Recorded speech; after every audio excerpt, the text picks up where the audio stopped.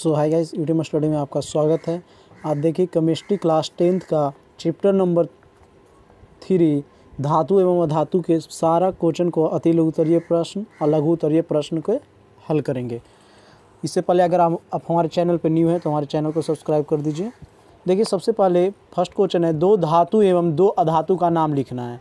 दो धातु एवं दो अधातु का नाम, तो देखिए यहाँ पे अति लघु उत्तरीय प्रश्न है। तो दो धातु में लिखेंगे सोडियम, मैग्नीशियम, जिंक, एल्युमिनियम, और अधातु में लिखेंगे कार्बन, सल्फर, आयोडीन इत्यादि। ठीक है, तो दो पूछा था, हम यहाँ पे 4 लिख दिए, इसमें 3 लिख दिए हैं।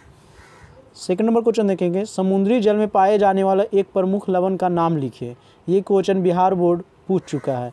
तो समुद्री जल में पाए जाने वाला तो क्या पाया जाता है, इसका आंसर होगा सोडियम क्लोराइड, NaCl। NaCl क्या बोलते हैं इसको, साधारण नमक। साधारण नमक का सूत्र होता है क्या, NaCl। NaCl मतलब सोडियम क्लोराइड, संकेत होता है Na से सोडियम और Cl से क्लोराइड।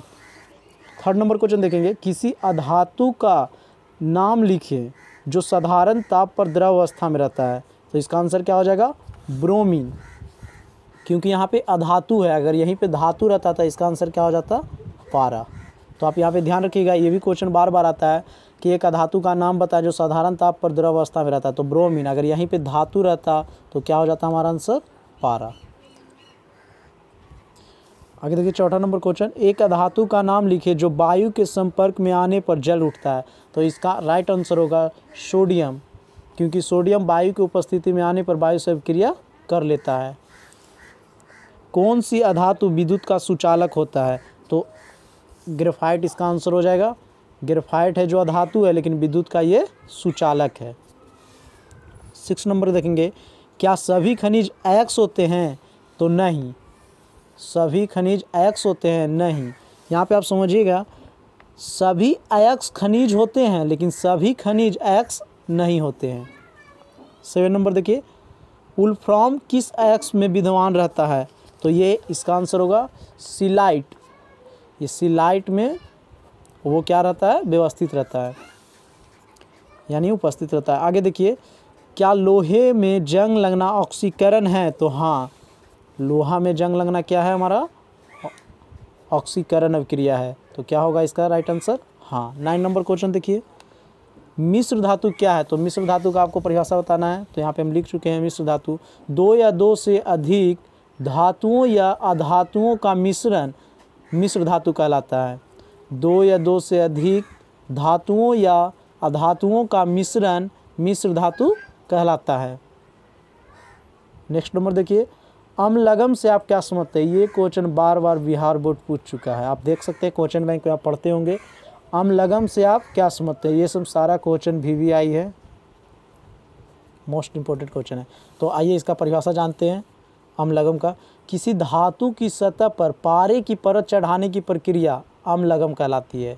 समझिए कोई धातु है, इस पे पारे की परत चढ़ाई जा रही है, यानी पेंट की जा रही है, तो वही प्रक्रिया क्या कहलाता है, अम्लगम पर कहलाता है।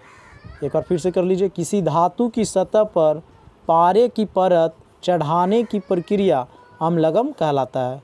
आशा करते हैं कि आपको वीडियो समझ में आ रहा होगा। अगर आपको वीडियो समझ में आ रहा है तो लाइक, शेयर, सब्सक्राइब जरूर करें।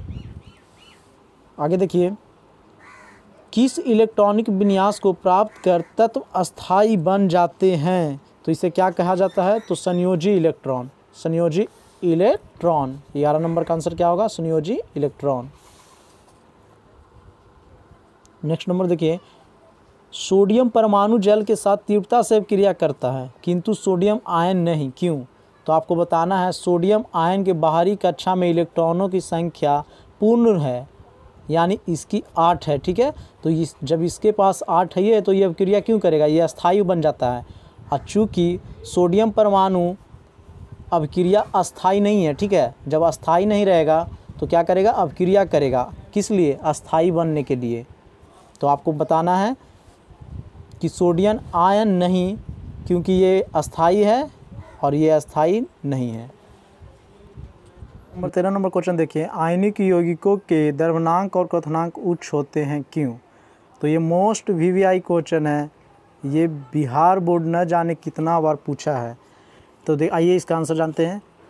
आयनिक यौगिकों का निर्माण में, यहाँ लिख लीजिएगा, आयनिक यौगिकों का निर्माण में इलेक्ट्रॉनों के स्थानांतरण के फलस्वरूप होता है। यानी आयनिक यौगिकों का निर्माण इलेक्ट्रॉनों के स्थानांतरण के फलस्वरूप होता है, जिसके कारण सभी धनायन एवं ऋणायन आपस में मजबूती से वैद्युत आकर्षण बल द्वारा बंधे होते हैं, जिसे तोड़ने के लिए अत्यधिक ऊष्मा की आवश्यकता होती है।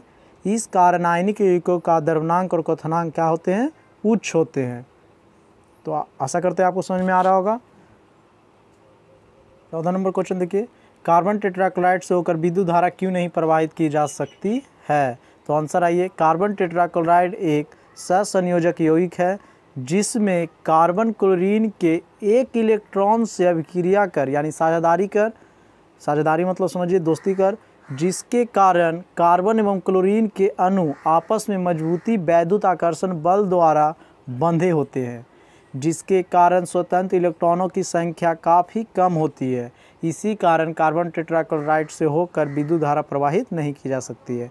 सोचिए कि कार्बन टेट्राक्लोराइड है, इसमें हमको विद्युत धारा प्रवाहित की करना है, तो इसमें जो स्वतंत्र इलेक्ट्रॉनों की संख्या होगा तो काफ़ी कम होता है, तो काफ़ी कम रहेगा तो विद्युत धारा प्रवाहित नहीं की जा सकती है।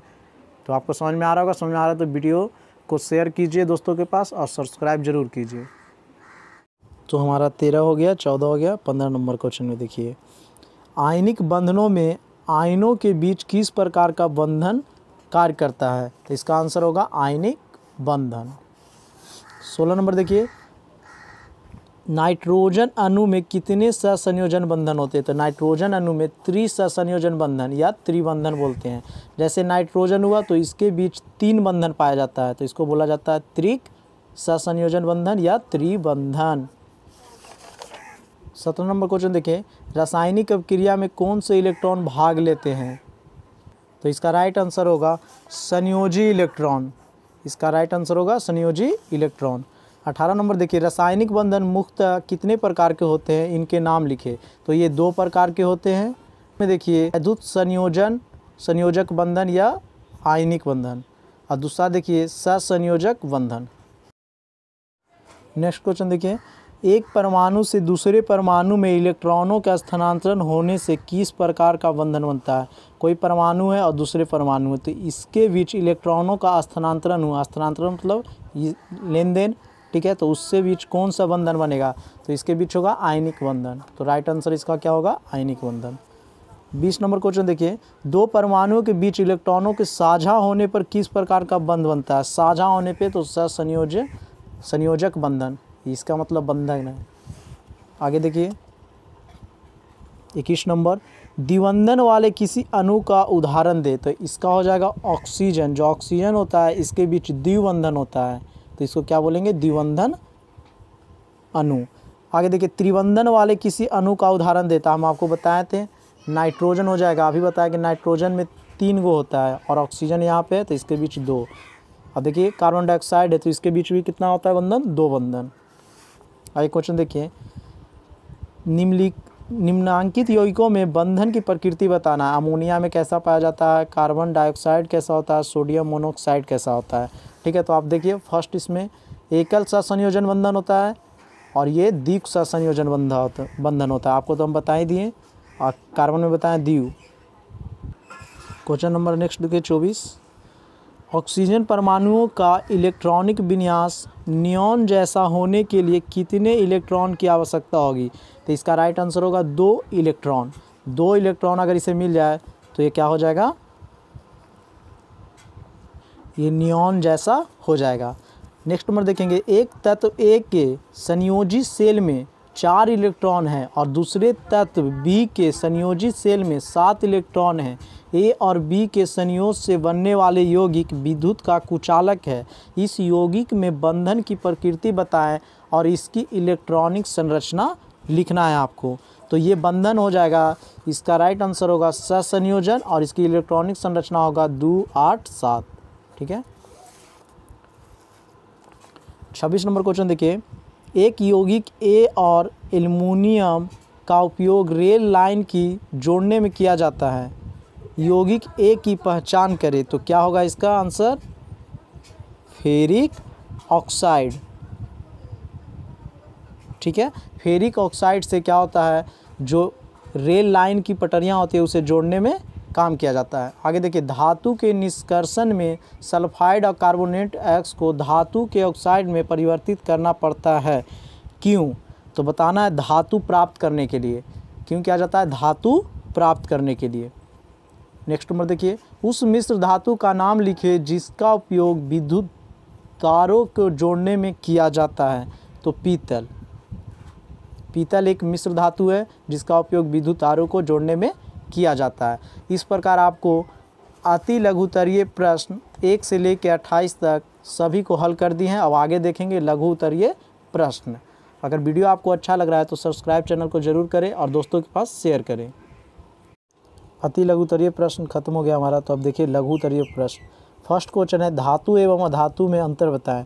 तो पूरा चैप्टर को हम विस्तार से बता चुके हैं। अगर आप वो नहीं वीडियो देखे तो डिस्क्रिप्शन में लिंक दे देगा, वो वीडियो जरूर देखिएगा क्योंकि सारा क्वेश्चन का आंसर उसी में है।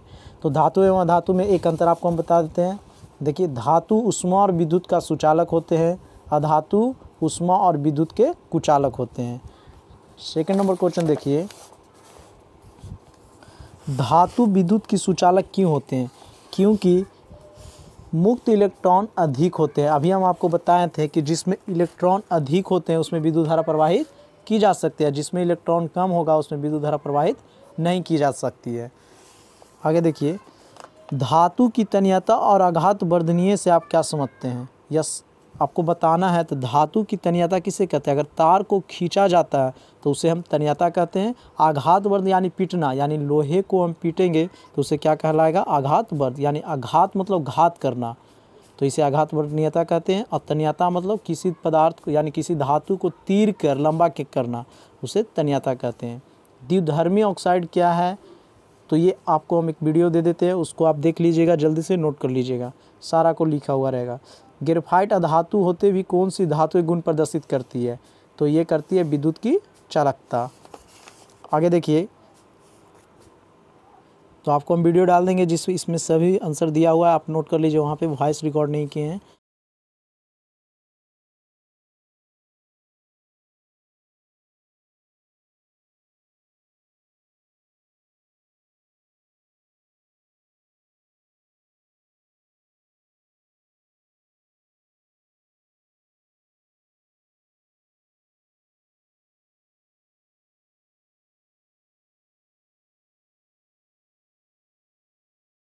देखिए 11 नंबर, CH4 और CO2 की इलेक्ट्रॉनिक संरचना लिखें। तो इसका इलेक्ट्रॉनिक संरचना लिखना है। तो देखिए CH4 यानी मीथेन का, तो इसका इलेक्ट्रॉनिक संरचना ये इस प्रकार बनेगा, ठीक है। और CO2 कार्बन डाइऑक्साइड, तो इसका इलेक्ट्रॉनिक संरचना इस प्रकार बनेगा। अगर आपको इससे ज़्यादा क्वेश्चन का हल कराना है तो आप हमारे वीडियो पे कमेंट करें, क्योंकि वीडियो काफ़ी लंबा हो जाएगा, तो हम बना के सेकंड भाग में सभी को डाल देंगे। वीडियो अगर अच्छा लगा है तो लाइक शेयर सब्सक्राइब जरूर करें। धन्यवाद। जय हिंद, जय भारत।